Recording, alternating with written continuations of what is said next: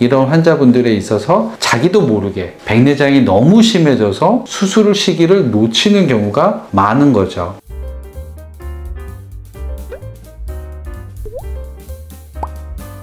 안녕하세요. 강남 에이스학과 신경훈 원장입니다.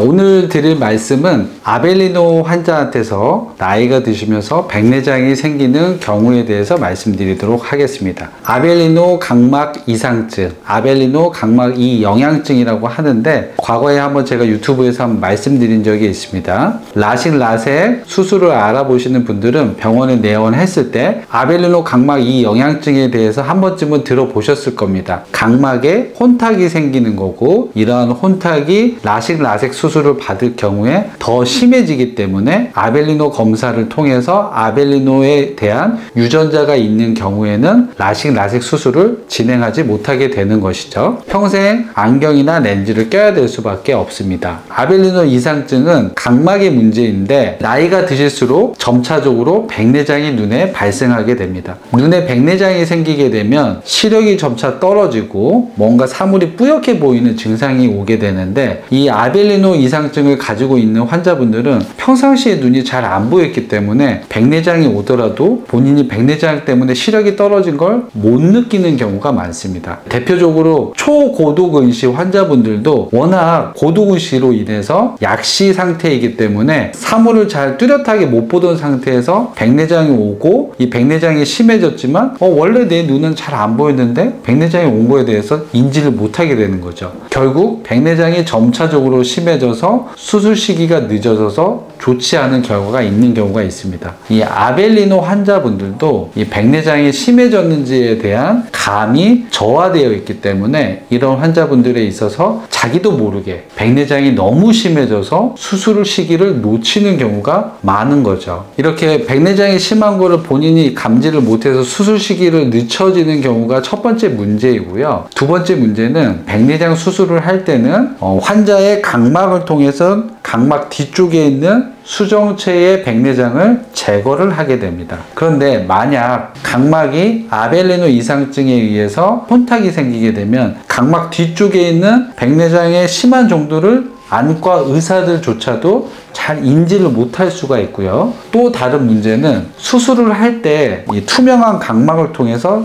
뒤쪽에 있는 수정체를 제거를 하고 인공 수정체를 넣는 게 백내장 수술인데, 각막이 혼탁해져 있으면 이 수정체를 제거할 때, 즉 수술을 할 때 수정체의 위치나 정도나 어떤 수술 테크닉에 있어서 사고가 생기는 경우가 발생할 수 있습니다. 그래서 안과 의사들이 아벨리노 각막 이상증이 있는 환자들한테 백내장 수술을 하는 거가 참 부담이 될 수밖에 없는 것이죠. 그렇게 되면 오히려 환자분한테 얘 백내장 약을 좀 더 씁시다, 좀 더 지켜봅시다 라고 하다가 백내장은 점점 심해지는 거고, 그러다 보면 수술이 점점 더 어려워질 수밖에 없고, 그러다 보면 문제가 생기게 됩니다. 제가 말씀드리고 싶은 요지는 아벨리노 이상증이 있는 환자분들은 평상시에 정기적으로 안과 진료를 보시면서 백내장이 점차적으로 진행되는지를 확인을 하시고요. 백내장이 너무 심해지기 전에, 백내장 때문에 시력이 좀 떨어져 있고 백내장 수술이 어려워지기 전에 백내장 수술을 진행하시는 게 좋습니다.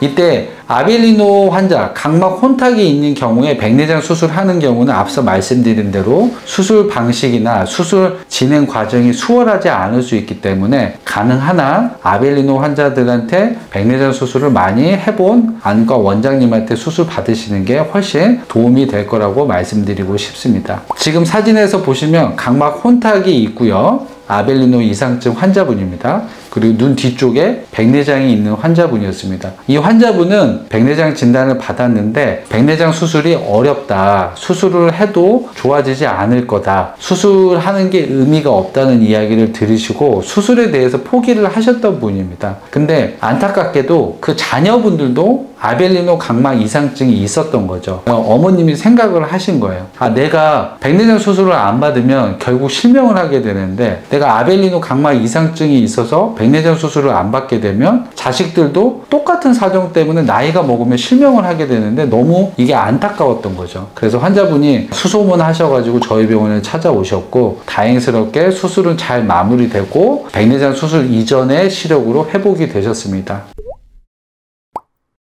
이렇게 이 아벨리노 각막 이상증이 있는 환자분들이 내 눈은 원래 안 좋으니까, 좋아지기 어려우니까 안과 진료 봐야 별 도움을 못 받으니까 눈에 대해서 소홀하게 지내실 수 있는데, 절대 그러시면 안 되고요. 초고도근시 환자들, 그리고 다양한 질환이 있는 분들, 특히 아벨리노 각막 이상증과 같은 치료가 되지 않는 환자분들은 오히려 평상시에 안과 진료를 보시면서 어떤 문제가 생겼을 때 빨리빨리 해결하시는 게 눈 건강에 도움이 되실 거라고 말씀드리고 싶습니다. 자, 오늘 시간이 도움이 되셨다면 좋아요와 구독을 눌러주십시오. 고맙습니다.